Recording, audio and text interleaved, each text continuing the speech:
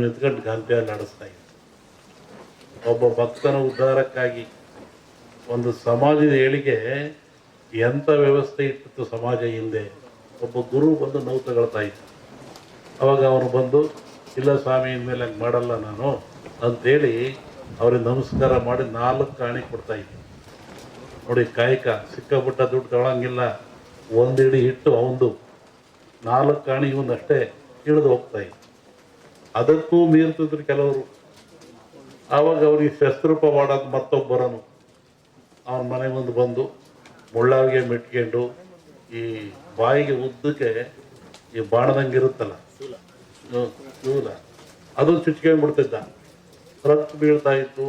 ಮತ್ತೆ ಗಂಟೆ ಅಲ್ಲಿ ಆಡಿಸೋನು.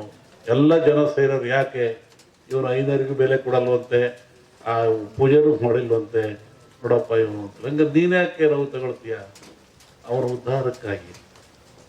ಇವು ಮಠಗಳು, ಮಾನ್ಯಗಳು, ಹಿರಿಯರು ಒಂದು ಸಮಾಜವನ್ನು ಸಿದ್ಧುವಂಥ ಸಂಕೀರ್ಣ ಆದರ್ಶ ತತ್ವಗಳು.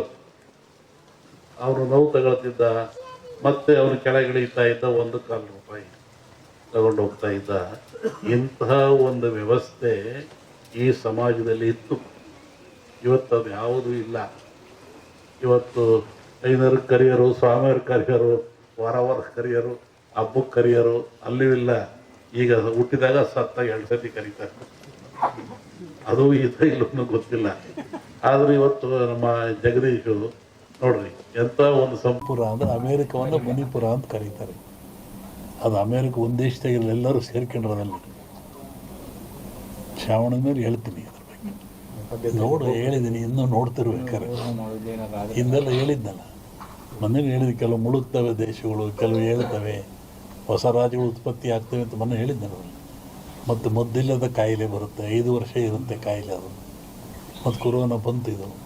ಇದು ಇನ್ನೊಂದು ರೂಪವನ್ನು ತಾಳುತ್ತೆ.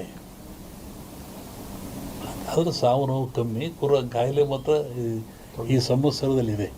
ಹೊಸ ರೋಗ ಉತ್ಪತ್ತಿಯಾಗಿ ಉಸಿರಿಗೆ ಸಂಬಂಧಪಟ್ಟದ್ದು ಜನ ಆ ಥರ ಸಾಯ್ತಾರೆ.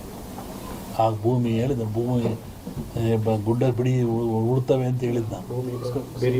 ಬೆರೆಯುತ್ತೆ, ಉಳುತ್ತವೆ, ಸಮುದ್ರ ಜಲಬಾಧೆ, ಜನ ಸಾಯ್ತಾರೆ ನಮ್ಮನ್ನು ಹೇಳಿದ್ನಲ್ಲ. ಅದೆಲ್ಲ ನಡೀತಾ ಇದ್ದಾರೆ, ಇನ್ನೂ ಇದೆ ಅದು.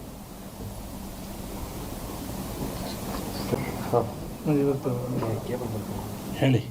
ಸಚಿವರು ಭೇಟಿ ಕೊಟ್ಟವ್ರಿ, ಕೇಂದ್ರ ಸಚಿವರಾದ್ಮೇಲೆ